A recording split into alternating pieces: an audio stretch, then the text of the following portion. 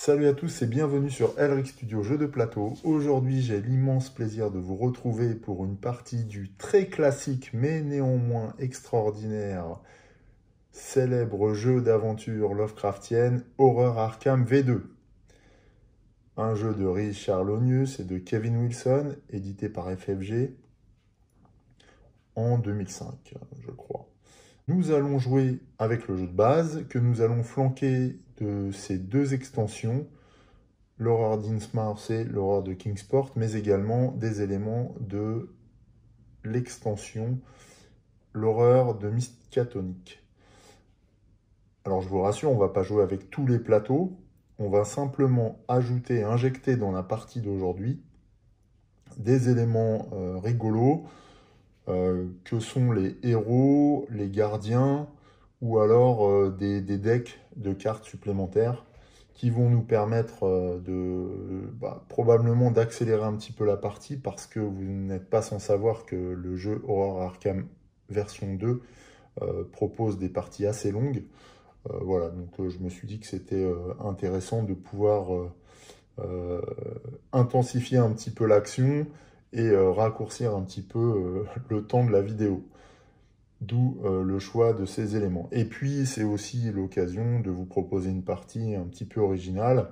J'ai déjà installé une grande partie du jeu, simplement parce que là encore, vous le savez, ce jeu a un matériel gargantuesque.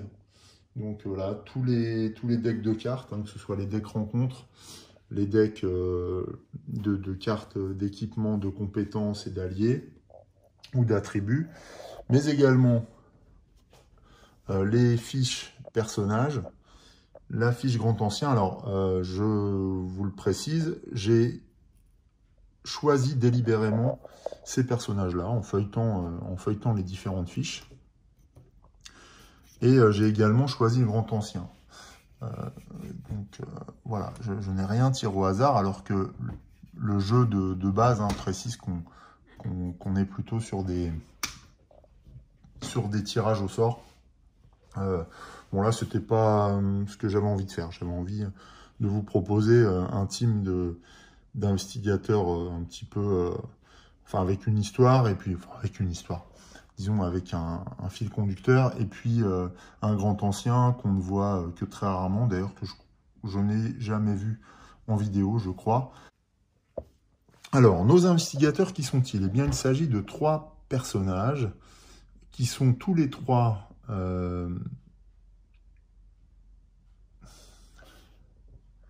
Alors, nos investigateurs, qui sont-ils? Eh bien, il s'agit de 3 personnages avec un trait commun, à savoir qu'ils ont tous un petit peu échoué à Arkham.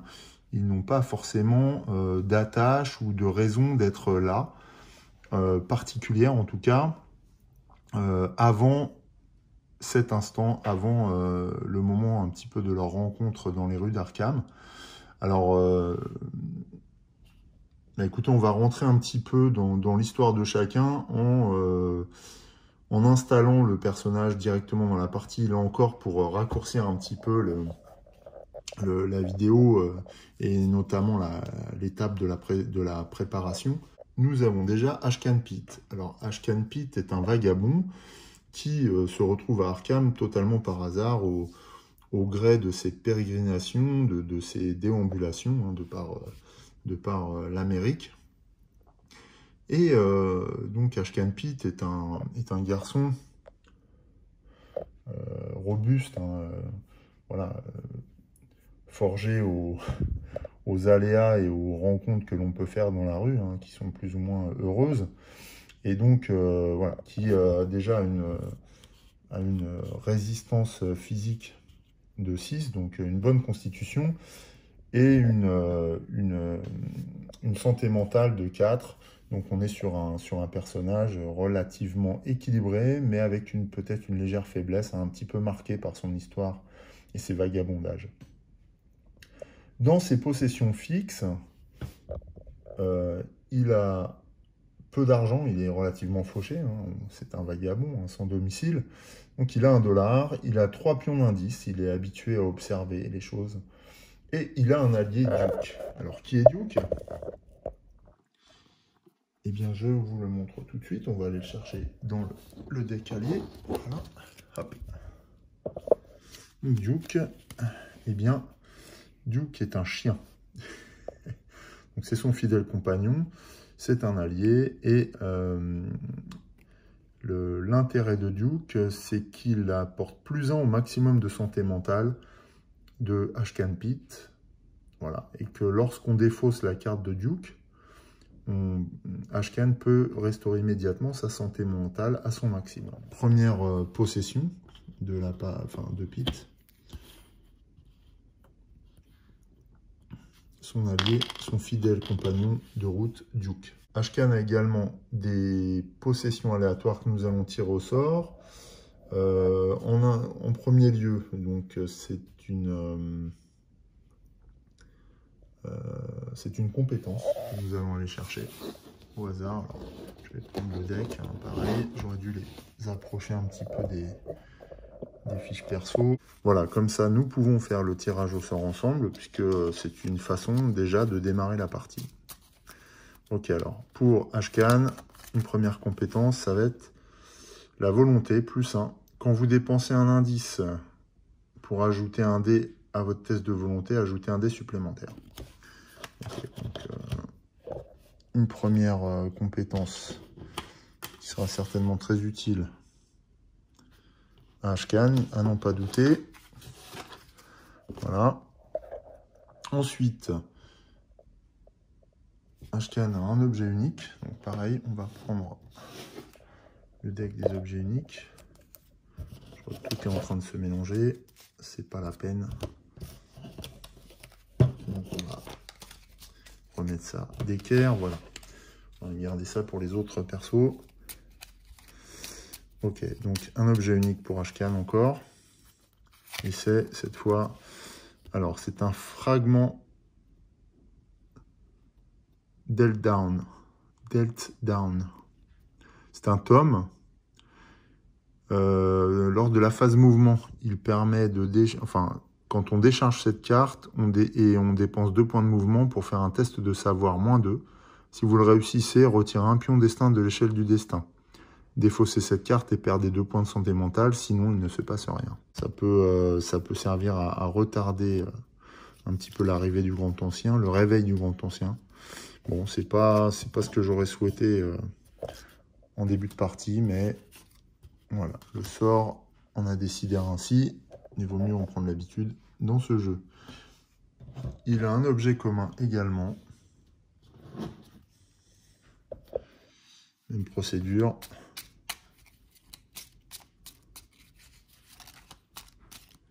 Espérons que le tirage soit un peu plus favorable pour Ashcan Pit. C'est un fusil. Ok, c'est une arme physique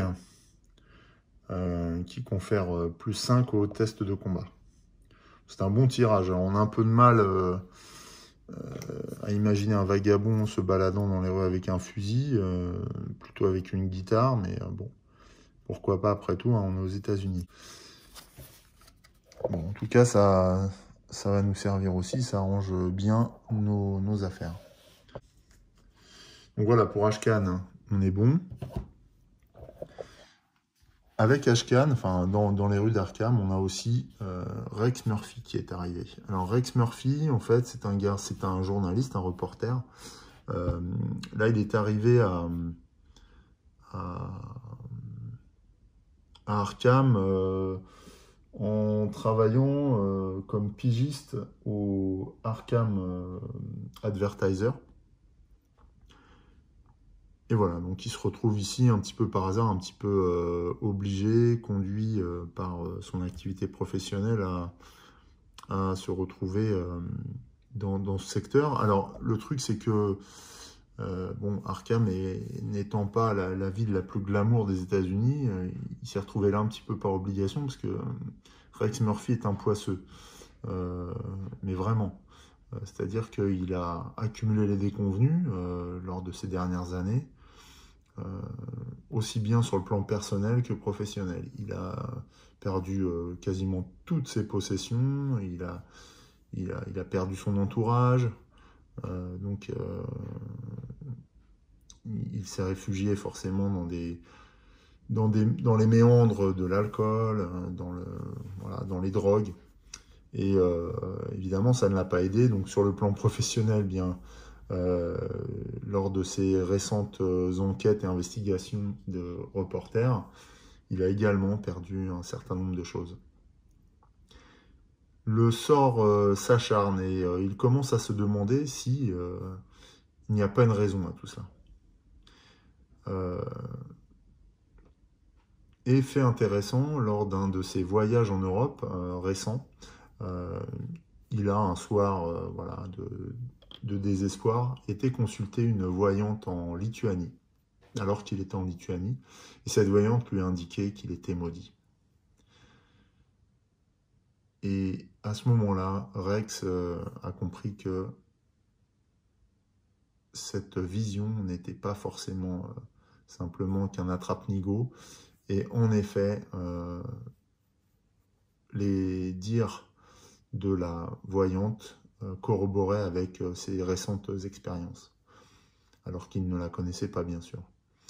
Donc, il s'est rendu à l'évidence, il est maudit. Et c'est pourquoi, dans ses possessions, dans ses possessions fixes, Rex a 3 $, certes, c'est un petit peu ce qui lui reste de ses périples, mais il est maudit, il a déjà une malédiction sur lui. Et la particularité, c'est que cette malédiction, il ne pourra pas la mettre en jeu à chaque tour, il ne pourra pas effectuer un jet de dés pour s'en débarrasser. Il faudra absolument que Rex s'en débarrasse d'une autre façon. Il n'aura même pas besoin, à la phase d'entretien, de jeter un dé pour se défaire de cette malédiction. Ce ne sera pas possible. Elle est beaucoup plus ancrée que ça dans son ADN. Et ça va être compliqué pour lui de s'en défaire. Voilà, donc c'est sa possession presque unique. Il a aussi 3 pions d'indice, il est reporter, forcément. Et voilà. En contrepartie, en tant que reporter, Rex Murphy a une facilité à trouver des pistes et des explications lors de ses enquêtes. Et quand il gagne un pion indice, eh bien il en gagne un autre en plus. Voilà. Donc bon, on ne peut pas tout avoir dans la vie, mais Rex en sait quelque chose. Et donc on le voit dans ses capacités spéciales, Rex a la malédiction familiale. Donc ça va même au-delà de son individu. C'est une malédiction qui pèse sur lui depuis des générations. Enfin,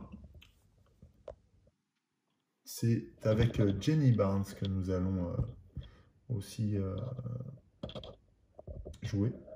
Jenny Barnes, pour moi, c'est une héritière, Jenny Barnes. C'est quelqu'un qui également a vécu en Europe beaucoup, passé beaucoup de bon temps, voyagé, rencontré des gens, participé à des soirées mondaines. C'est quelqu'un qui n'est pas dans le besoin, au contraire, qui a une vie trépidante, aisée, heureuse. Mais un beau jour, Jenny a reçu une lettre. Et cette lettre lui était adressée d'Arkham et avait été écrite par sa sœur Isabelle. Dans cette lettre, Isabelle indiquait à Jenny qu'elle était poursuivie par des hommes en noir, capés, qui semblaient lui en vouloir en permanence. Jenny a été intriguée et inquiétée aussi de par le fait que sur la lettre, elle a cru voir des traces de sang. Le dernier élément qui a poussé Jenny à venir à Arkham est le fait que cette lettre est la dernière qu'elle ait reçue d'Isabelle. Et que depuis, elle n'a aucune nouvelle. Elle s'est alors décidée, en héritière dynamique et déterminée qu'elle est, de retrouver sa sœur. Et pour ce faire, elle est venue à Arkham, où elle arrive depuis Boston en train. Donc en possession fixe, d'ailleurs j'ai oublié, non, elle a 10 $. Donc voilà, on voit qu'elle a des gros moyens. En possession aléatoire, eh bien, Elle a une compétence, on va la prendre. Alors d'ailleurs, je n'ai pas pris les compétences aléatoires de Rex, on y reviendra. Donc là, on va prendre la compétence de Jenny. Ben voilà, arts martiaux, pourquoi pas. Après tout, c'est une héritière aventurière. Voilà, elle a dû avoir besoin de se défendre pendant aussi ses différentes expériences. Donc elle a une compétence arts martiaux. Elle connaît un sort également. On va aller le chercher. Alors je pose la caméra pour mélanger. Hop. Voilà. Alors Jenny Barnes a beaucoup de possessions aléatoires. On va le voir. Elle a de gros moyens, hein, contrairement aux autres personnages. Alors, un sort, elle a le sort de flétrissement. Donc, modificateur de lancer -1, coût en santé mentale 1. C'est une formule magique qui peut être lancée à n'importe quelle phase. Et donc, elle consiste à lancer et décharger ce sort pour gagner +6 au test de combat jusqu'à la fin de ce combat. Donc, on voit que Jenny est quand même dotée d'une grosse détermination et s'est déjà préparée à des rencontres peu amicales. Donc, voilà. Ça laisse présager des moments assez intenses. Sa troisième possession, c'est un objet unique. Donc on va tirer, c'est mélangé. Alors, qu'est-ce que c'est? Un objet unique. Alors, qu'est-ce que c'est que ce truc? Un cristal des choses très anciennes. À n'importe quelle phase, placez un pion santé mentale de la réserve sur cette carte pour ne pas avoir à payer intégralement le coût en santé mentale d'un sort que vous lancez. Quand il y a 3 pions santé mentale sur cette carte, défaussez-la. C'est assez génial quand même, parce qu'avec le flétrissement, on a une espèce de réserve d'énergie là qui va nous permettre de lancer des sorts à moindre frais sans déséquilibrer la santé mentale de Jenny. Alors, la santé mentale de Jenny est de 6, hein, c'est quelqu'un qui est très fort mentalement, et 4 en résistance. Qu'est-ce qu'elle a d'autre comme... Elle a 2 objets communs en possession aléatoire, 2 objets communs que nous allons également tirer. Alors, en premier lieu, elle a un manteau sombre qui lui confère +1 en test d'évasion. Très bien. Et elle a une deuxième possession. Allez, on prend dessus. C'est un tome, c'est un vieux journal. Alors, mouvement. Décharger et dépenser 1 point de mouvement pour faire un test de savoir -1. Si vous réussissez, gagnez 3 pions d'indice et défaussez cette carte. Si vous échouez, rien ne se passe. Voilà. Alors, contrairement à l'illustration, elle n'a pas de revolver. Pour l'instant, en tout cas. Sa compétence spéciale est l'héritage. À chaque phase d'entretien, Jenny gagne 1 $. Donc elle ne sera que très rarement un cours d'argent. Elle arrive à la gare. On va revenir sur Rex, puisque j'ai oublié de lui donner ses possessions aléatoires. Donc Rex a un objet commun. Donc allons-y. Un objet commun. Alors lui, c'est une longue vue. Oui, pour observer, ok. Longue vue. +1 en test de discrétion, sauf les tests d'évasion. N'importe quelle phase, défausser cette carte pour éviter d'être retardé. D'accord, ça permet de retrouver son chemin. C'est une carte de l'extension Horreur de Kingsport. J'ai oublié de vous dire ça aussi. Alors donc, comme je vous le disais, on joue avec des éléments du jeu de base, mais très très enrichis par les extensions, au travers des decks de cartes, des pions, des monstres. Donc, voilà, il y a vraiment beaucoup de choses qui sont ajoutées par toutes les extensions. On continue sur Rex Murphy. Alors, après l'objet commun, il a 2 objets uniques. Voilà, c'est devant nous. Allez, hop. Donc, il a une statue extraterrestre. Il a peut-être trouvé ça en Lituanie, allez savoir. Donc, décharger cette carte et dépenser 2 points de mouvement et une santé mentale pour lancer un dé. Si le dé est un succès, piochez un sort ou gagnez 3 pions indice. C'est un échec, perdez 2 résistance.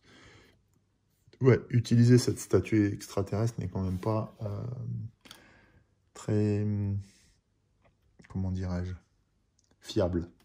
un second objet unique. Oula. Alors, c'est un rubis de relié. Alors, mouvement, vous avez 3 points de mouvement supplémentaires. Ah, ça va être intéressant pour quelqu'un comme Rex, puisque avec ses jets de DA6, il va falloir qu'il évite pas mal de problèmes. Donc, se déplacer rapidement peut être la solution. Donc, il avait 2 objets uniques. Il a également 2 sorts. Oui, il a enquêté sur différents sujets et donc a pu apprendre différents sorts. Il connaît le point de Yog-Sothoth. Alors, le point de Yog-Sothoth, c'est avec un modificateur de lancer de +2. Un coup en santé mentale de 1, c'est une formule magique. Lors de n'importe quelle phase, lancer et décharger ce sort pour gagner +X au test de combat jusqu'à la fin du combat. X est le nombre de succès obtenus à votre test de sort. Alors, j'espère qu'au niveau savoir, il peut être assez bon. Ouais, au niveau savoir, il peut avoir jusqu'à 5. Donc, c'est un sort qui lui sera certainement utile. Parce que c'est 5 plus 2, on peut imaginer. Donc, ça fait 7. Avec 2 ou 3 sorts, ça fait quand même des points de combat supplémentaires intéressants. Donc, premier sort, second sort. C'est sa dernière possession fixe. On est sur un lié un monstre. Alors oui, le problème, par exemple, là, de Rex Murphy, c'est bien gentil de pouvoir lancer des sorts, mais il ne faut pas oublier qu'avec sa malédiction, pour réussir, il faudra qu'il fasse des 6. Hein. Donc, bon, c'est pas encore gagné. Modificateur de lancer +4. Ah oui, carrément. Coup en santé mentale 2. Formule magique. N'importe quelle phase, lancer et défausser ce sort pour réussir un test de combat. Vous devez obtenir, la mise au point ne se fait pas, autant de succès que la force du monstre pour lancer ce sort. Ce sort ne marche pas contre les grands anciens. Ouais, on le neutralise en le paralysant. D'accord. Et enfin, il a une compétence. Donc, il a quand même beaucoup de possessions. Ah, c'est vigueur +1. Quand vous dépensez un jeton indice, vous ajoutez un dé à un test de vigueur, ajoutez un dé supplémentaire. Voilà, donc Rex est aguerri quand même. Bon, après, avec sa malédiction, hein, il aura besoin de cette expérience. Nos investigateurs sont quasiment prêts. Alors, c'est déjà assez long comme mise en place, mais véritablement, on ne peut pas faire plus court. J'ai déjà installé la plupart des éléments du jeu sur la table pour raccourcir. J'ai abrégé les histoires, mais là, bon, on ne peut pas du tout économiser cette phase de jeu puisqu'on est déjà en train de faire des tirages, des découvertes, etc. Donc, bon, ce serait dommage de s'en priver. Ça fait partie intégrante de l'aventure.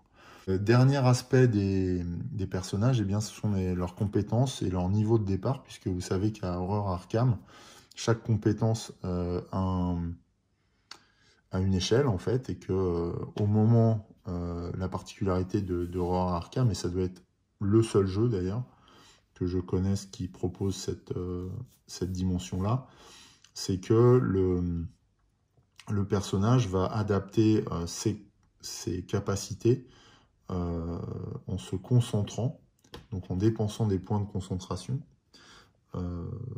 à la situation face à laquelle il se trouve. Donc au départ, on va essayer d'équilibrer un petit peu. On va mettre plutôt des valeurs relativement médianes. Alors en vitesse discrétion, bon, il n'y aura pas trop de monstres au démarrage, donc on va, voilà, pour Pete, on va être sur 3-3. Et donc ce qui est intéressant, c'est que quand on fait glisser un taquet comme ça sur la ligne, eh bien, il y a une incidence positive sur l'une des compétences et une incidence négative sur la seconde. C'est ce qui fait aussi le caractère singulier de ce jeu. En vigueur volonté, on va lui mettre 4 et 3. Il a plus en volonté possible, on va lui mettre 3. Voilà. Il a une force mentale quand même présente.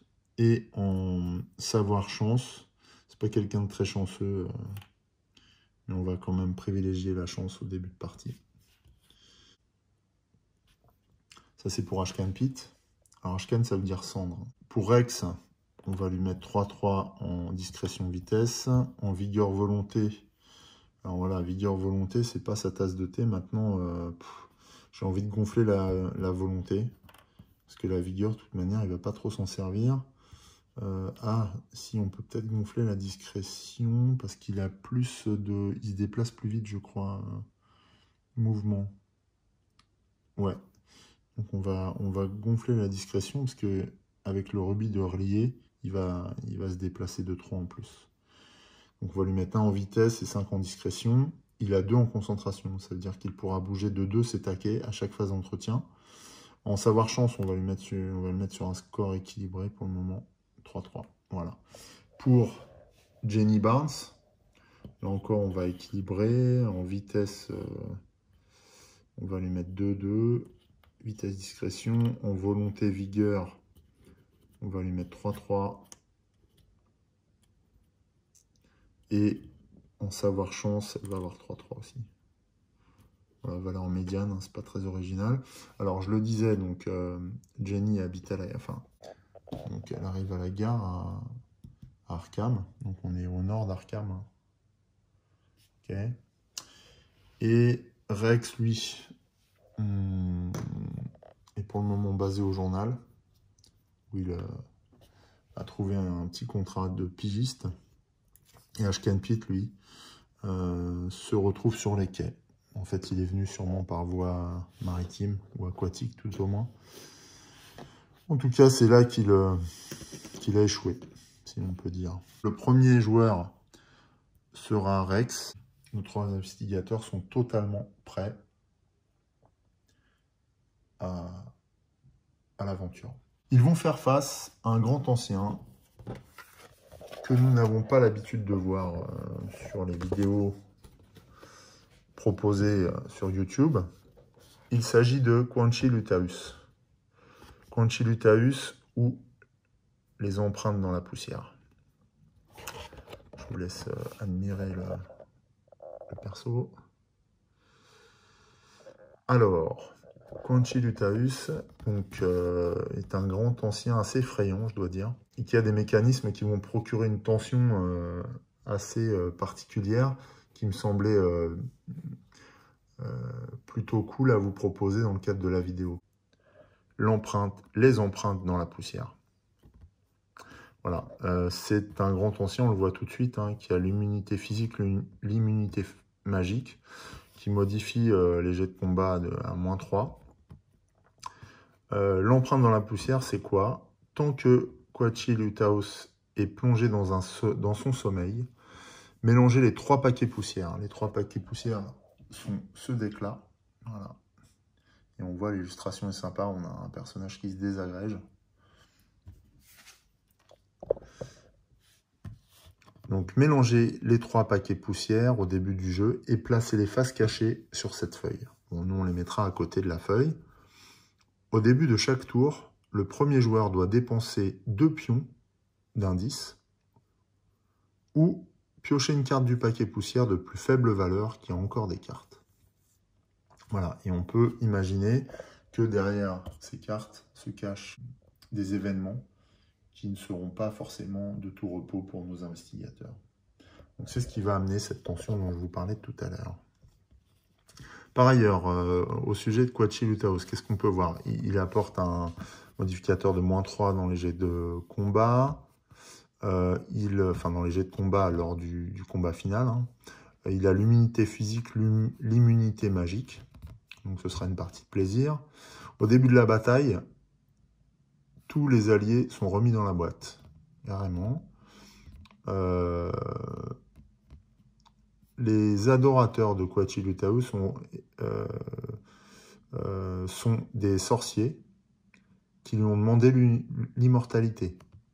Du coup, les sorciers gagnent +2 en force et sont inépuisables.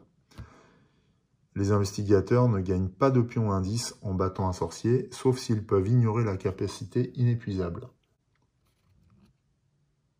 Inépuisable, ça veut dire qu'on ne peut pas garder le trophée de monstre. Hein. On le remet dans dans la tasse en fait. Lors du combat final, les attaques de Coachilutaos consistent à quoi? Coachilutaos touche le premier joueur qui tombe en poussière et est dispersé par le vent. Le premier joueur est dévoré. Bon, bah voilà, c'est direct. Donc en fait, il y aura 3 attaques, hein, si on a 3 investigateurs vivants à la fin. Ni plus, ni moins. Voilà pour le Grand Ancien. Vous savez tout. Un adversaire redoutable. Ici, on voit qu'il y a aussi 2 decks supplémentaires qu'on n'utilise pas avec le jeu de base et qui viennent, de l'extension l'horreur de Kingsport et qui ont en fait avantage ou désavantage les investigateurs lors de chaque tour de combat, lors du combat final. Donc ça, on verra ça à la fin. Il y a également ces cartes-là, on en reparlera. Un deck encore, là, il n'y a que 3 cartes. Un deck un peu particulier qui vient cette fois toujours de l'extension Dinsmouth. Donc on verra à quoi elles servent. Avec quoi allons-nous jouer encore d'un peu différent? Eh bien oui, nous allons jouer avec 2 fiches comme ça. Alors, ces 2 fiches sont pour l'une un héros qui va freiner nos investigateurs et les désavantager à chaque tour, et un gardien qui va être plutôt un atout pour les investigateurs et qui va les aider à chaque tour. Donc leurs effets s'annulent un petit peu. On voit qu'ils proviennent tous les deux de l'extension l'horreur de Kingsport, et j'ai trouvé sympa de pouvoir les associer à la partie, parce que ça donnait encore une dimension supplémentaire. Alors, le héros, de qui s'agit-il? Il s'agit de Gross, la lune de châtiment. Quand Gross est le héros, placez 2 pions de destin supplémentaires sur l'échelle du destin du Grand Ancien au début de jeu. Voilà, donc on voit que la partie est déjà sous des augures très sombres. Et nous allons faire tout de suite ce qui est indiqué, à savoir rajouter 2 pions de destin sur l'échelle du destin du Grand Ancien. 1 et 2. Alors que normalement, on n'en a qu'un de présent. Ensuite, donc ça correspond à la fin est proche, je crois. Le dieu comète arrive, chantons aux étoiles et aux planètes sur son passage, réveillons les étranges et terribles dieux qui dorment en dessous. L'échelle du destin du Grand Ancien commence la partie avec 2 pions de destin supplémentaires. Donc c'est ce qu'on vient de faire. L'autre capacité de ce héros, ce sont les présages menaçants. Chaque fois que l'on pioche une carte mythe environnement mystique, chaque investigateur doit dépenser un pion indice, ou alors le premier joueur lance un dé et on consulte la table suivante. Ok, ça promet. Donc 1, chaque investigateur à Arkham perd un point de santé mentale. Ouais, leur avenir est déjà sombre. 2, chaque investigateur à Arkham perd un point de résistance. Voilà. 3 et 4, pas d'effet. Ok. 5, le niveau de terreur augmente de 1. 6, on ajoute un pion destin sur l'échelle du destin du Grand Ancien. Donc là, on voit évidemment que c'est un accélérateur, ce Gross, et qu'il va être bien sûr à l'encontre de nos actions. Pour contrecarrer l'action de Gross, nous avons Hypnos, recours à Hypnos, le seigneur du sommeil. Quand Hypnos est le gardien, mélangez le paquet Vision d'Hypnos et placez-le face cachée à côté du plateau au début du jeu. Alors le paquet d'Hypnos, c'est celui-ci. Donc c'est un autre deck de petites cartes. Il y en a pas mal, hein. Il y en a une vingtaine. Voilà, qu'on mélange. Et donc là, ce sera certainement des atouts. Alors peut-être que certaines seront versatiles, etc. Alors c'est la première fois que je vais l'utiliser. D'ailleurs, c'est la première fois que j'utilise Gross aussi. Donc on verra bien ce que ça dit, si ça nous aide vraiment ou pas. D'ailleurs, on a un peu plus de détails sur les visions d'Hypnos. Il est jeune, d'une jeunesse sur laquelle le temps n'a pas de prise, un magnifique visage orné d'une délicate barbe. Des lèvres douces et souriantes, un front olympien et d'ondulantes mèches denses formant une couronne. Voilà, ça c'est Hypnos. Au début de chaque phase entretien, le premier joueur pioche la première carte du paquet Vision d'Hypnose et la place face visible devant lui. La carte Vision d'Hypnose génère un pion indice sur le plateau, ce qui rend cet endroit plus facile à explorer jusqu'à la fin de la phase mythe. Ok. L'autre capacité, c'est Seigneur des rêves. Quand un investigateur fait une rencontre dans un autre monde, dans les contrées du rêve, le plateau de Leng, le monde inférieur ou Kadat, l'inconnu, il gagne le bonus de +1 à toutes ses compétences jusqu'à la fin de la rencontre. Alors Gross, en fait, les présages se manifestent à chaque fois qu'on tire une carte du paquet mythe. C'est assez facile. Donc voilà, on va le mettre par là. Ben, on va le mettre vers le paquet mythe à ce moment-là. Hop, tout simplement. Ok. Et puis Hypnose va être à côté. Ça, on y pensera. Et là, c'est à chaque phase d'entretien que nous pourrons l'utiliser. Ce qu'il me reste à faire, c'est à mettre les différents indices sur le plateau. Cette fois, nous sommes totalement prêts. Nous pouvons démarrer la partie en piochant une carte mythe, bien sûr, qui est la première étape. Enfin, la dernière étape de la mise en place, d'ailleurs. Et qui sera la première étape de notre aventure. Alors, nous avons pioché un gros titre. Commémoration du bûcher de la sorcière. Un portail apparaît à l'île inexplorée.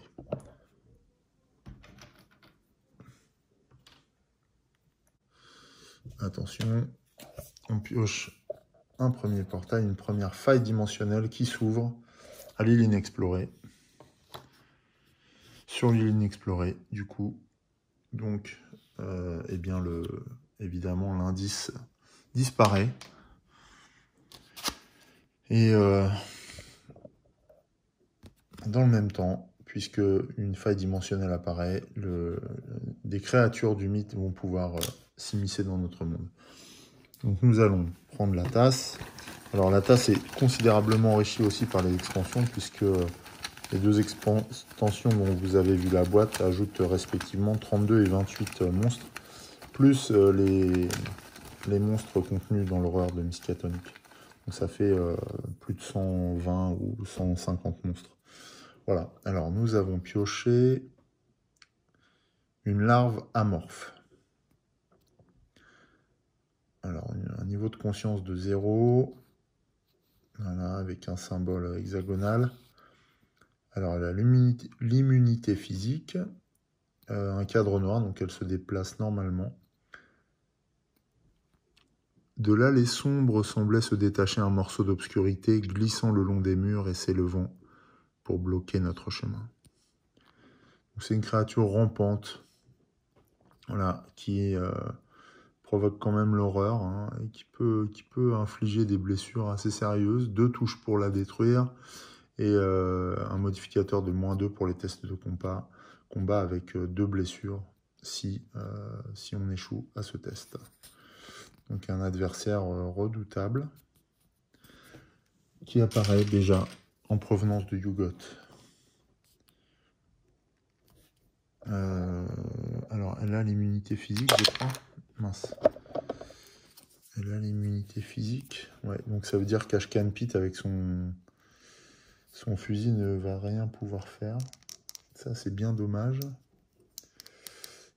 D'ailleurs, à propos d'Ashkan Pit, parce que là, j'étais en train de regarder sa fiche, dans la mesure où il a Duke, il a son maximum de santé mentale qui augmente. Donc, il a 5 en santé mentale. Ça pourra faire la différence dans certains cas. On passe de 4 à 5. Voilà. Je l'ajoute, parce que je l'avais oublié. Évidemment, j'ai mis le pion de terreur ici, qui est à 0 pour le moment. Eh bien, que se passe-t-il d'autre lors de cette phase mythe? Un indice apparaît au département scientifique.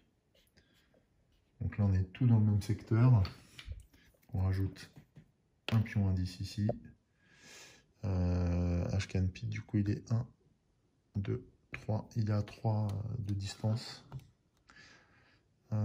Et du coup, pour Rex, 1, 2, 3, 4. Rex est à 4 de distance.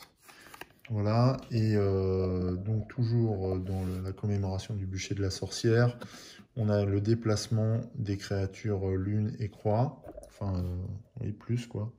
Et donc on n'a pas de créature lune et croix pour le moment. Par ailleurs, que dit cet événement? Une vieille malédiction frappe Arkham, libérant 2 monstres dans les rues du quartier de la Rivière. Ah, ça y est, la partie est vraiment lancée cette fois. Oui, alors on n'a pas joué avec Gross parce que ce n'est pas une carte environnement mystique. Hein. C'est pour ça. On jouera avec Gross, avec présage menaçant, si jamais nous tirons une carte environnement mystique. Ce n'était pas le cas. Donc là, par contre, 2 autres créatures arrivent dans Arkham. La brèche dimensionnelle est conséquente. Alors bon, au début de partie, c'est pas plus mal. Ça va nous permettre, selon ce qui va se présenter, bien sûr, si c'est pas des créatures trop difficiles à combattre, ça va nous permettre de gagner des trophées et derrière de pouvoir les dépenser pour gagner d'autres choses, ce qui est pas mal en début de partie. Bon, alors le problème, c'est qu'on va tomber que sur des trucs énormes, j'ai l'impression. Donc c'est un rampant. Donc là, on est dans la thématique de la larve ou du ver. Il a également la résistance physique. Et avant de faire un test de combat contre un rampant, lancez un dé. X est égal au résultat du jet de dé. Ouais, donc en plus, sa taille bouge. C'est une créature très très effrayante puisqu'elle a un modificateur au test d'horreur de -3.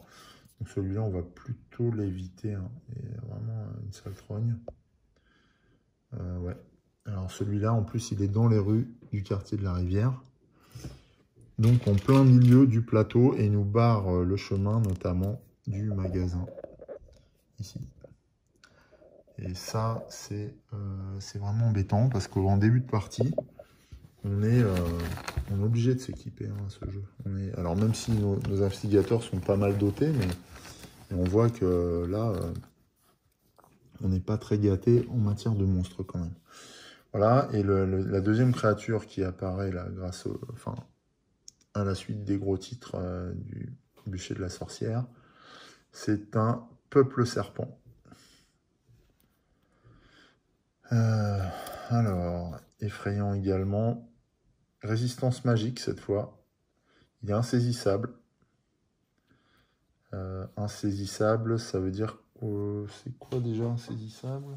Alors, la capacité insaisissable du peuple serpent est présentée en fait dans la règle de l'extension L'horreur de Kingsport qu'il introduit. Et donc, la capacité insaisissable d'un monstre, c'est quand... en fait, le monstre qui a la capacité insaisissable tente d'éviter le combat au lieu de l'initier.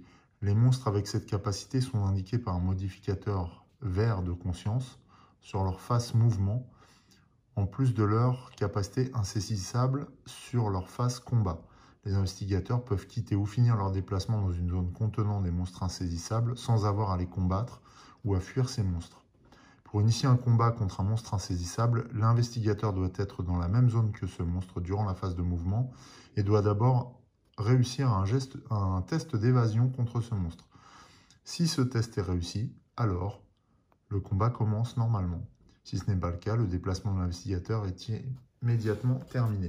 Donc en fait, ouais, ce sont des créatures qui se soustraient à notre attention. Donc voilà, et ils ont ici le modificateur de conscience indiqué en vert, en fait, écrit en vert au lieu de rouge pour les créatures autres. Voilà. Donc ce sont les 2 créatures qui apparaissent au niveau du quartier de la Rivière. Alors, bien, cette fois la carte mythe a été entièrement résolue. Nous pouvons passer au tour des investigateurs. Petit rappel, hein, un tour de jeu se déroule en 5 phases. La phase entretien, la phase mouvement, la phase rencontre à Arkham, la phase rencontre dans les autres mondes et la phase mythe. Durant la phase entretien, nous allons commencer par Rex Murphy. Il est à noter qu'avec Hypnos, lors de la phase entretien, le premier joueur pioche la première carte du paquet Vision d'Hypnos et la place face visible devant lui. Hypnos. C'est pour ça que j'ai mis le paquet à côté de lui. Alors, que dit cette première carte? Vision d'Hypnose. J'ai rêvé que j'essayais de lire le journal. Je savais que d'une manière ou d'une autre, il contenait une information vitale, mais ce n'était que du charabia pour moi. Comme si je ne savais plus lire. Un indice apparaît au journal. Ok. Donc, on va mettre ça là. Un indice apparaît au journal. Voilà. Et un investigateur qui fait une rencontre au journal pioche 2 cartes, faisant une rencontre avec celle de son choix et défaussant l'autre. Ah ouais, c'est intéressant. Donc, bon, on va mettre cette carte pas loin du journal pour y penser. Donc, c'est un investigateur, hein, c'est pas forcément Rex. Mais Rex se trouve encore au journal. Donc Rex, au niveau de sa phase d'entretien, vu les monstres, vu tout ça, alors il va essayer de se déplacer. Il a 2 en concentration. Donc on va augmenter sa vitesse, mais en même temps, je me demande où est-ce qu'il va aller. On va peut-être essayer d'aller à la boutique là. On ne peut pas aller au magasin pour l'instant. La route est barrée un peu par le rampant notamment. Le problème du rampant, c'est le test d'horreur qui est vraiment problématique. Bon, lui, on peut ne pas le combattre, donc c'est pas un souci, mais là, avec sa malédiction en plus, donc Rex va aller à la boutique du souvenir, donc il lui faut 1, 2. Ça veut dire que là, avec sa concentration, voilà, il va dépenser 1 en concentration ici. Et savoir chance, on va augmenter le savoir. Ça peut servir sur un test au niveau de... Ouais, encore que... Bon, ça fait on va augmenter le savoir. Ensuite, donc voilà pour la phase entretien. Il ne jette pas de dés pour sa malédiction. Ça fait partie de la malédiction familiale. Donc, voilà. Pour Ashcan Pit, il n'a pas de capacité spéciale liée à la phase entretien. Par contre, il va aller... Alors, ce qui serait bien, c'est d'aller récupérer des indices. Il y en a pas mal au département scientifique. Donc, 1, 2, 3, tant que la rue n'est pas trop encombrée. Puis ça lui permettra aussi d'aller vers le sud d'Arkham, où pour l'instant, les rues sont calmes. Donc, je pense qu'instinctivement, c'est là où il va se diriger. Donc, il lui faut 1, 2, 3. Voilà. Donc, on va lui mettre un 3 en vitesse. Il a combien? Non. 3 en vitesse. Bah, il a 3 en vitesse. Donc, on va rester comme ça. 1 en concentration. Savoir chance. On va laisser comme ça. Vigueur. Vigueur, volonté, 4, 3. Ouais, on va rester comme ça pour l'instant. Pour Jenny. Alors, Jenny, elle au niveau entretien, elle gagne 1 $. Bah, d'ailleurs, hop, je l'ai déjà mis. Elle gagne 1 $ et c'est pareil, où va-t-elle aller? Alors, elle est à la gare. Et mais ça pourrait être intéressant qu'elle aille au journal pour faire cette rencontre-là, justement. Ouais, ça peut être intéressant. Là, elle va faire ça. Donc, il va lui falloir 2. Aller à l'Arkham Advertiser, là. Faire la rencontre et du coup utiliser la vision d'hypnose. Donc, pouvoir choisir 2 cartes pour faire une rencontre la plus avantageuse possible. Ça peut être intéressant. Et puis, ça nous permettra d'utiliser le gardien. Ok, donc il lui faut 2. Eh bien, elle a 2. C'est parfait. Voilà.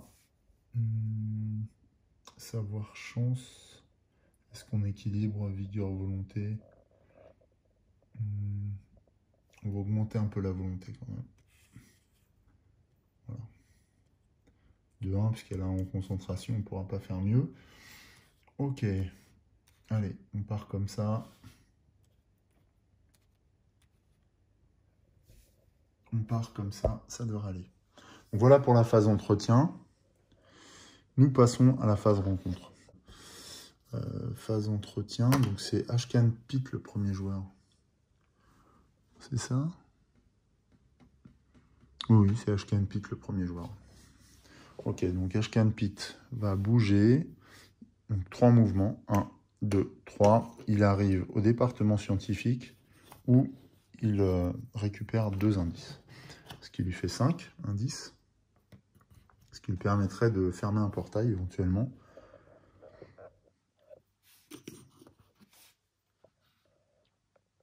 Ensuite, c'est à Jenny de se déplacer. Donc elle va rejoindre Rex au journal. Elle finit son mouvement au journal, donc elle prend l'indice. Elle enquête, elle aussi. Elle veut retrouver sa sœur absolument. Et puis Rex, lui, ressort une fois avoir croisé Jenny. Il ressort et il va à la boutique du souvenir. De souvenirs. Lui, il veut s'équiper. Hein. Il a besoin de matériel pour se renforcer un peu. Nous allons passer à la phase rencontre. La phase rencontre, c'est toujours Pitt qui est premier joueur. Donc il va faire une rencontre au département, parce qu'il ne peut pas faire la dissection, il n'a pas de trophée de monstre. Donc il va faire une rencontre au département scientifique. On pioche une carte, et que nous dit-elle? Département scientifique. Quand vous entrez dans le département d'alchimie, un professeur lève les yeux avec horreur. Il sort un ancien artefact d'un tiroir de son bureau et le tient devant vous, devant votre visage en chantant et en faisant des gestes symboliques avec l'objet. Si vous êtes maudit, défaussez la malédiction. Ah. Si vous n'êtes pas maudit, vous devenez béni. Ah ben voilà. Bon, j'aurais préféré que ça tombe sur Rex. Eh bien, on dirait que la chance tourne pour Pitt. Donc il est béni après l'incantation faite par un professeur au département scientifique. C'est un professeur de quoi? D'alchimie. Voilà. On peut défausser cette carte. On va la remettre sous le paquet. Donc Rex peut lui dire au revoir. Oh, de toute façon, Rex était un peu loin. Il n'y a pas de regret. 1, 2, 3, 4. Ouais, il aurait fallu qu'il fasse 4. Après Pitt, c'est à Jenny de jouer. Dans l'ordre. On fait en sens horaire. Donc Jenny, elle va piocher 2 cartes rencontres au journal. Et elle va prendre celle qu'elle veut. Voilà. Alors. Journal, gagner 5 $ pour une histoire. Ah. Elle a apporté son histoire, ça a plu. Ou alors, dehors, grogne le gardien revêche, secouant le poing vers vous au moment de passer la tête dans une salle d'archives. C'est fermé, dit-il, repartant vers l'entrée. Il vous crie dessus, par-dessus l'épaule. Si vous êtes encore là quand je reviens, faites un test de volonté. En cas de réussite, gagnez 2 pions indices, sinon, allez dans la rue. Ouais, elle cherche. Elle va essayer de prendre... elle a combien en volonté? Elle a 3... Non, elle a 4 en volonté, Jenny. Donc elle va essayer de faire ce test. Pour gagner des points d'indice. Elle est là pour enquêter, hein, pas pour gagner de l'argent. Elle s'en fout.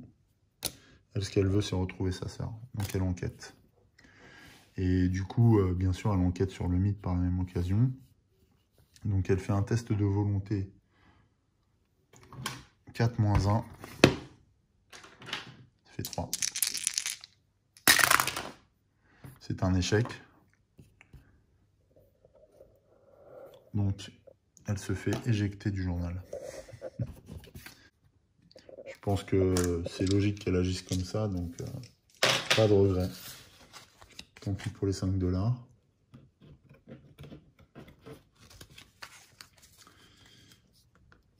Voilà. Jenny, c'est bon. C'est à Rex de faire une rencontre, mais lui, au lieu de faire une rencontre, il va piocher 3 cartes objet unique et choisir... Ouf. Ah oui. Alors, on tombe, alors là c'est du bol et pas de bol en même temps, parce qu'on tombe sur 2 signes des anciens, donc c'est assez catastrophique, parce que ce qui se passe c'est quand on est à la boutique, eh bien, vous devez acheter l'un d'eux à son prix indiqué, défausser les 2 autres. Donc là, on ne peut acheter que celui-là, parce qu'on n'a que 3 $. C'est le culte des Ghouls. C'est un tome, mouvement, déchargez cette carte, dépensez 2 points de mouvement pour faire un test de savoir -2. Si vous réussissez, piochez un sort. Et gagnez un pion d'indice et vous perdez 2 santé mentale. Défaussez cette carte, si vous échouez, rien ne se passe. Ouais, le problème là, c'est qu'on met 2 signes des anciens au fond de la pioche. Donc c'est relativement catastrophique. Ouais. Ça, c'est pas cool du tout, ce qui vient de se passer.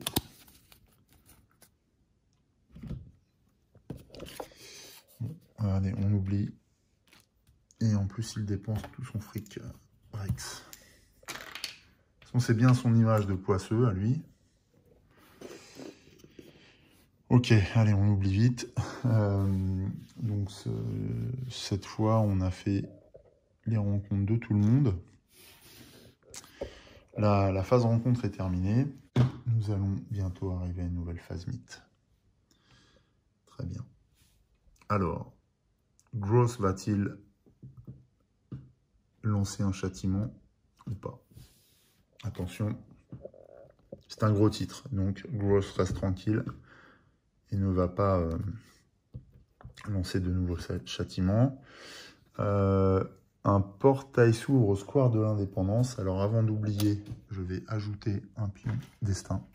J'en avais oublié un, je l'ai rajouté entre-temps. Voilà. J'ajoute un pion destin et un portail s'ouvre au square de l'Indépendance. Donc l'indice disparaît, le mythe efface ses traces et un portail s'ouvre. Attention, c'est un portail qui mène à Relier, la cité engloutie. Difficile à fermer hein, avec un modificateur de -3. Et bien sûr, un monstre apparaît dans ce lieu. Combien avons-nous de monstres sur la table? 1, 2, 3. Donc, oui, encore de la place. La limite de monstres dans une partie à 3 joueurs est de 6. Avant que les monstres aillent dans la périphérie. Alors là, au square de l'Indépendance, c'est un maniaque qui arrive. Alors c'est assez... je trouve que c'est assez thématique en fait. Maniaque dans un parc. Hein. Ça me semble logique. Enfin fréquent en tout cas. Si le niveau de terreur est au moins de 6, la valeur de combat d'un maniaque augmente à -2. Ses dégâts de combat passent à 3 résistances et il devient inépuisable. Là, il ne suggère pas de test d'horreur. Une touche pour le détruire et +1 pour, dans le cadre d'un test de combat. Voilà. Il apparaît au square de l'Indépendance. Ce serait une opportunité pour un investigateur de remporter quelques trophées. Bon, en attendant, il a effacé les traces du mythe au square. Je pense que Jenny va pas apprécier. Et elle va être... en plus, elle est bien placée, donc je pense qu'elle va être tentée d'aller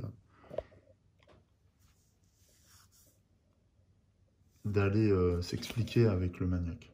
Des indices apparaissent à l'école Eben Hall, mais on ne l'a pas. Il y a une clé ou l'innommable. Donc un indice apparaît à l'innommable.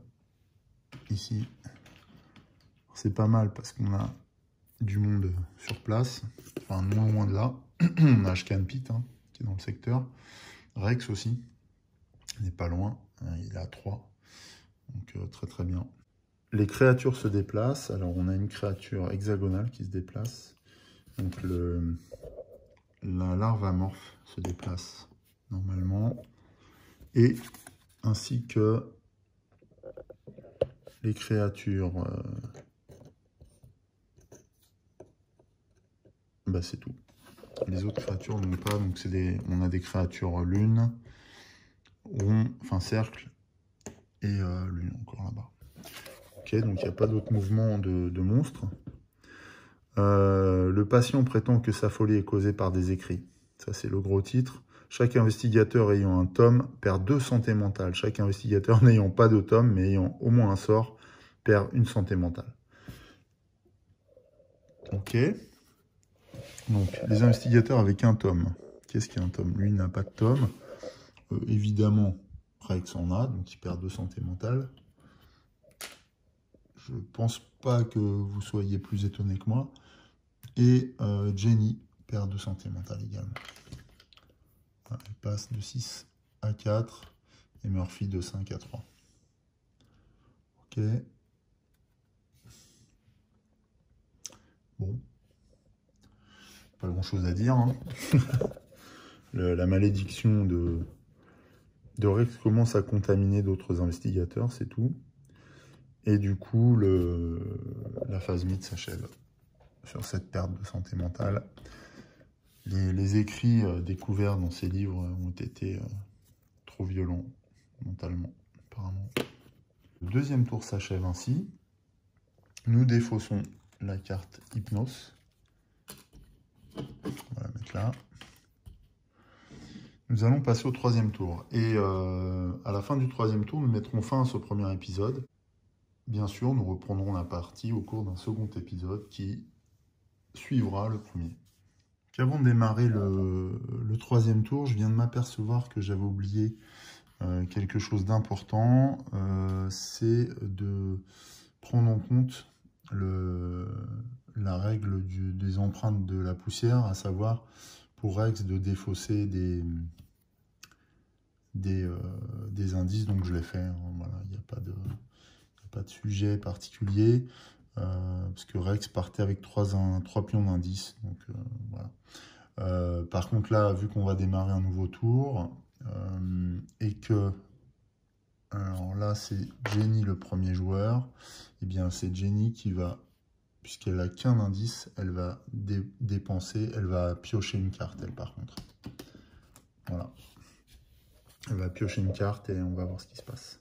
Carte de niveau 1 de Coatlicutaos. Le jour suivant, je sursautais à chaque ombre et mouvement brusque. Je ne pouvais qu'imaginer ce que pensaient ceux qui me voyaient. La plupart devaient croire que je m'étais échappé d'un asile. Perdais 1 point de santé mentale, ne passez pas le pion de premier joueur ce tour. Ok, donc ça je vais le laisser là. Et Jenny a encore des séquelles de ses lectures du tome, accentuées par la poussière qui était présente sur le livre, et cette poussière émanant de Coatlicutaos lui a provoqué quelques lésions mentales encore. Donc on voit que Coatl s'immisce partout, hein. Comme la poussière, c'est un peu, c'est sûrement un peu l'idée d'ailleurs que le mythe s'immisce comme ça dans les moindres recoins du monde, par n'importe quel orifice, n'importe quel biais. Ouais, du coup, eh bien c'est la phase entretien justement. Alors, Jenny étant la première, elle a pioché ça. Et nous sommes à la phase entretien. Et donc, elle pioche aussi une carte Hypnos. Vision d'Hypnos. Le temps est soudainement devenu mauvais, comme cela se passe souvent dans les rêves. L'eau aux alentours était déchaînée et les saules gémissaient de douleur. Un indice apparaît à l'île inexplorée. Alors, ça ne va pas être le cas, puisqu'il y a un portail, et donc l'indice est aspiré. Un investigateur qui fait une rencontre sur l'île explorée pioche 2 cartes, fait une rencontre avec elle de son choix et défausse l'autre. Alors, il n'y a pas d'indication particulière sur les rencontres dans les autres mondes. Bon, je pense que ça ne s'applique pas, puisqu'on ne va pas faire de rencontre ici. On va faire une rencontre à Yugot. On va quand même mettre la carte pour suivre le déroulement. C'est pas grave. Donc là, Hypnos n'a pas vraiment soutenu nos investigateurs. C'est dommage de perdre un tour comme ça. De toute façon, Jenny, j'ai dit qu'elle allait combattre le maniaque là-bas. Donc on va la renforcer en conséquence.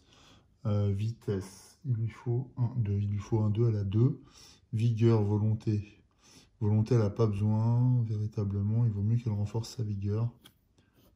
On déplace son taquet de 1. Elle passe de 2 à 3 en vigueur. Et de 4 à 3 en volonté. Voilà. Ça devrait suffire. Elle reste au maximum en savoir parce qu'elle va sûrement utiliser soit les arts martiaux, soit le flétrissement. Très bien. Ensuite, Ashkan Pit, lui, que va-t-il faire, Ashkan Pit? Moi, je pense qu'il va se diriger vers le sud, tant qu'il le peut.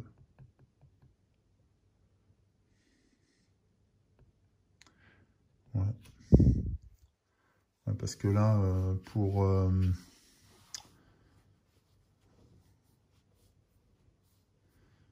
pour faire une rencontre, aller à l'innommable, c'est exclu pour le moment, avec la présence de la larve amorphe. C'est quoi déjà la larve amorphe? -1, -2. Ah, quoique. Ah oui, mais immunité physique. Et qu'est-ce qu'il a, Ashkan? Ouais, non. Même s'il est béni, ça suffira pas. Donc avec 3 de déplacement, que peut-il faire? 1, 2, 3, il peut aller dans les bois. Ou alors il va à l'association. Ouais, non, il va aller dans les bois. Ok. Donc on ne touche à rien. Murphy. Donc lui, il est à la boutique.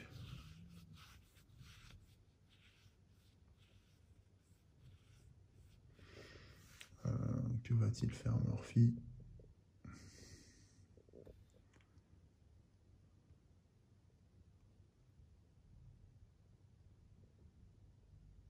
Il va aller faire un prêt à la banque. 1, 2, 3. Donc il lui faut 3. Vitesse 3. Voilà. Et vigueur, volonté, il va monter à 2. Voilà. Voilà, ça donne ça. Ouais, parce qu'il a plus de fric. Et il faut absolument qu'il s'équipe. Donc, pas trop le choix. Ah oui, Jenny prend $1.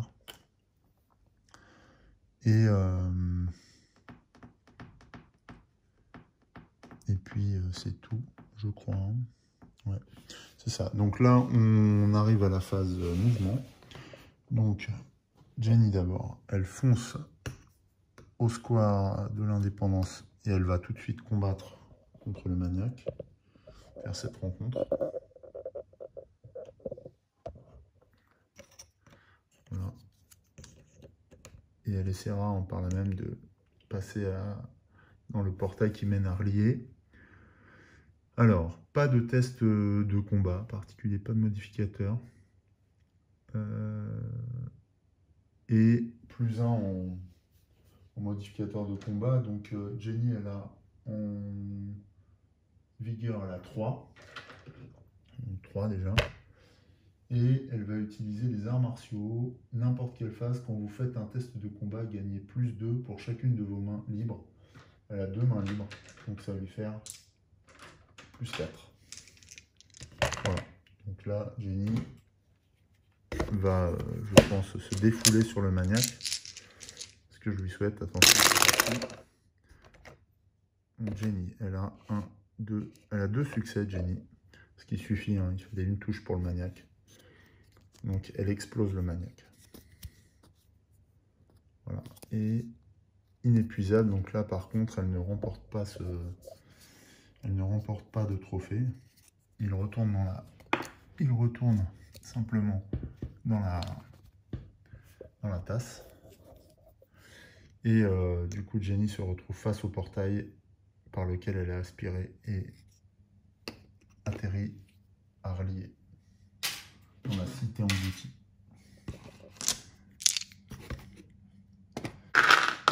Donc voilà pour le mouvement de...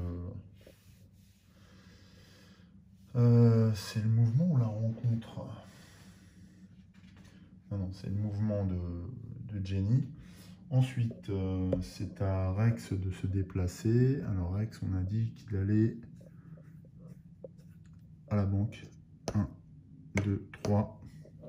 Il y avait bien 3 en déplacement, oui. Ok, et Ashkan, lui, il va dans les bois. indice de plus. C'est là où il se sent bien. Je suis en train de me demander pourquoi j'ai passé le marqueur premier joueur à Jenny. Bon, maintenant c'est fait, mais en principe, ça aurait dû être Ashkan qui le prend. C'est pas grave. Voilà pour la phase mouvement. Donc on passe à la phase rencontre dans Arcane.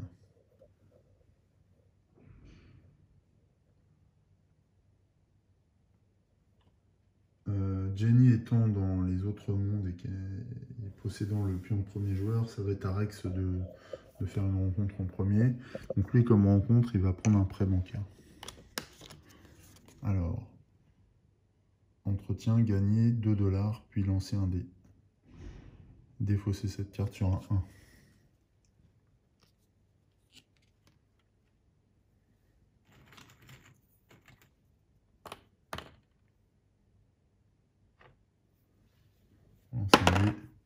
C'est un 6. Et ensuite, c'est à Ashkan de faire une rencontre dans les bois.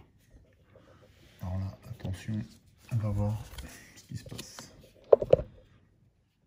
Bois. Vous trébuchez sur un objet qui se trouve un vieux coffre rouillé. Qui se trouve être un vieux coffre rouillé. Si vous l'ouvrez, faites un test de chance plus 0. Je crois que j'ai malencontreusement baissé la chance. Oui, il a 2 en chance. Et consultez la table suivante. Bah oui, on va l'ouvrir.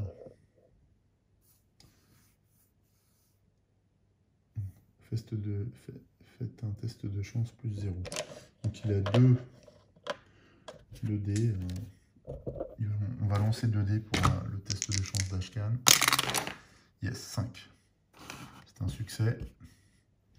C'est un succès. Le nombre de succès, 2.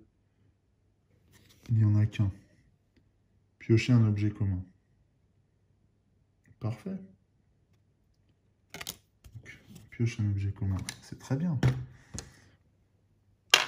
Donc, Ashkan a été bien inspiré, Ashkan Pit. Il pioche un objet commun qui est du whisky. N'importe quelle phase. Défausser cette carte pour réduire de 1 la perte de santé mentale. Bon. La thématique est prononcée, on va dire. Voilà pour la rencontre dans les bois. Pete a trouvé du whisky dans un coffre.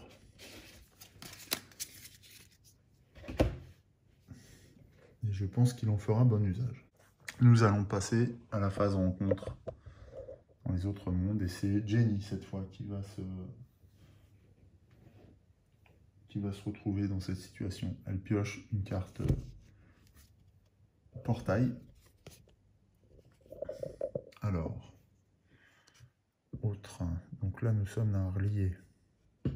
Autre, vous remarquez brusquement quelque chose que vous aviez précédemment raté. Gagner un pion indice.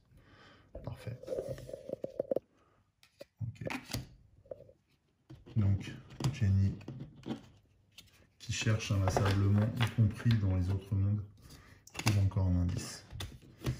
Ça va être bien parce qu'elle a besoin de ce pion pour ne pas piocher une nouvelle carte de Quachil ou Taos. La phase rencontre dans un autre monde est terminée. Justement, nous passons à la phase mythe. Alors attention à la phase mythe. Retenons notre souffle car Gross n'est jamais loin. La lune du châtiment guette et est prêt à frapper à tout instant. Attention, vous êtes prêts? C'est parti. C'est un gros titre. Gross, reste tranquille. Un portail apparaît à la maison des sorcières. La maison de la sorcière, ici. Donc le mythe efface ses traces encore une fois et un portail apparaît. Il conduit au plateau de Leng. Et de cette nouvelle faille temporelle et dimensionnelle plutôt, surgit un monstre, un nouveau monstre. Encore. Donc là, on en est à 3 monstres sur le plateau, puisque Jenny a massacré le maniaque. Bah, je vais peut-être pas très bien mélanger. Je vais remélanger. De toute façon, quand j'étais au fond, hein, il y en a plusieurs des maniaques, mais bon, dans le doute, Voilà. Puis ça permet de montrer différents monstres. C'est une maigre bête de la nuit qui surgit de ce portail. Une maigre bête de la nuit, donc c'est une créature avec un cadre bleu, c'est une créature volante. Donc un niveau de conscience de -2, modificateur -2. Quand vous ratez un test de combat contre une maigre bête de la nuit, vous êtes aspiré par le portail ouvert le plus proche. S'il y a égalité entre les portails, vous choisissez celui où vous êtes aspiré. C'est pas une créature très compliquée, enfin en tout cas pas très effrayante, mais il faut 2 touches quand même pour la battre, la vaincre. Voilà. Ok.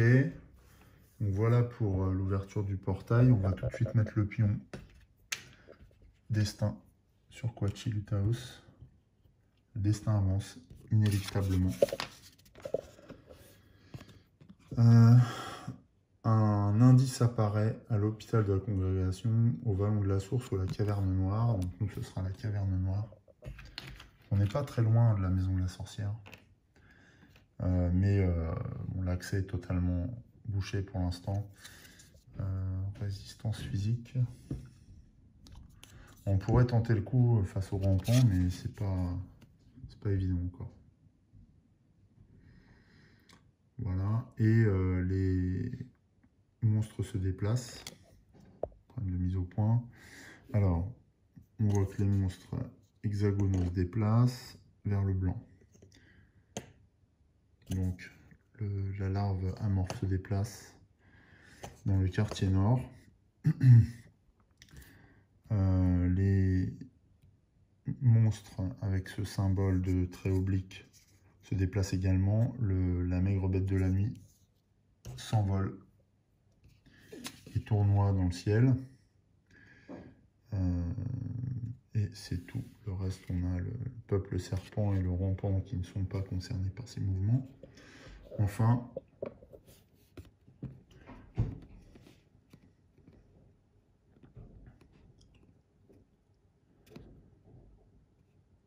le gros titre, une usine en feu. Jusqu'à la fin du prochain tour, chaque fois qu'un investigateur pioche au moins une carte objet commun pour n'importe quelle raison, il pioche une carte de moins, pour un minimum de 0. Laissez cette carte en jeu pour l'indiquer.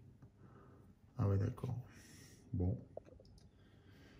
Donc, eh bien là, ouais, si on ne trouve pas plusieurs objets, on est marron. Toutes nos trouvailles seront détruites dans l'incendie.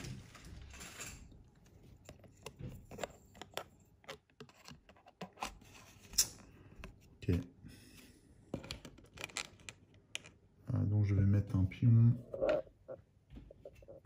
ici pour mon souvenir. Voilà. Sinon je risque de ne pas m'en souvenir. Je vais mettre la carte avec. Ouais, mais non, parce que c'est environnement. Ah non, c'est gros titre pourtant. Elle reste combien de temps cette carte là? Laissez cette carte en jeu pour l'indiquer. Jusqu'à quand? Jusqu'à la fin du prochain tour, d'accord. Jusqu'à la fin du prochain tour. Ok. C'est une carte mythe. Hein. Je vais la laisser là, du coup. Là. Ok, on avait mis le pion ici. Que reste-t-il? Les présages, non, ne s'appliquent pas. Ben, je pense que nous avons terminé cette phase mythe. Et bien voilà, on va mettre un terme à ce premier épisode. Déjà riche, bon, relativement maîtrisé pour l'instant. Ah si, il nous reste ça à défausser. Voilà, la carte de pouce. Je savais bien qu'il oubliait quelque chose. Donc on a plutôt tenu le coup. Bon, après 2 tours, enfin 2 ou 3 tours, c'est pas très long. Là, le fait est que le destin avance très très vite. Hein.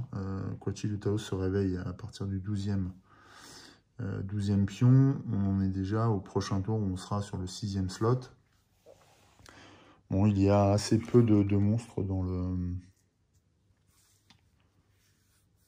sur le site. Par contre, je suis en train de penser aussi que je n'ai pas fait venir... Si, C'est la maigre bête de la nuit, donc on est bon. Non, non, tout va bien. On a 4 bêtes dans Arkham, 4 monstres. Le pion terrain n'a pas bougé. Voilà, bon, on est au début de l'aventure en même temps. Alors l'aspect négatif, c'est qu'on a des monstres qui ont la résistance ou l'immunité physique et qu'on a finalement assez peu de moyens de les vaincre, si ce n'est Rex, mais qui, avec sa malédiction, n'est pas très bien loti. La seule qui a même de s'opposer à eux est vraiment Jenny Barnes. Voilà, Ashcan, lui, il est armé d'un fusil. Donc c'est intéressant contre les créatures un peu tangibles, mais là, face à des créatures magiques, c'est inefficace. Bien voilà, ça nous donne une première idée de ce qu'est une partie de ce grand jeu qui est Aurora Arkham. Alors certains le préfèrent, les contrées du rêve. Moi, j'ai pas de préférence, je les trouve différents. J'adore les deux, je suis fan de ces deux jeux-là, même si ce sont des jeux FFG, même s'ils coûtent extrêmement cher parce qu'il faut acheter toutes les extensions. Néanmoins, ce sont des excellents jeux qui racontent une histoire dans lesquelles on peut se plonger. Voilà, le seul écueil, c'est qu'il dure 3 plombes. En tout cas, j'aurai plaisir à vous retrouver pour un second épisode. En attendant, je vous souhaite une belle soirée. Je vous dis à très bientôt. Salut!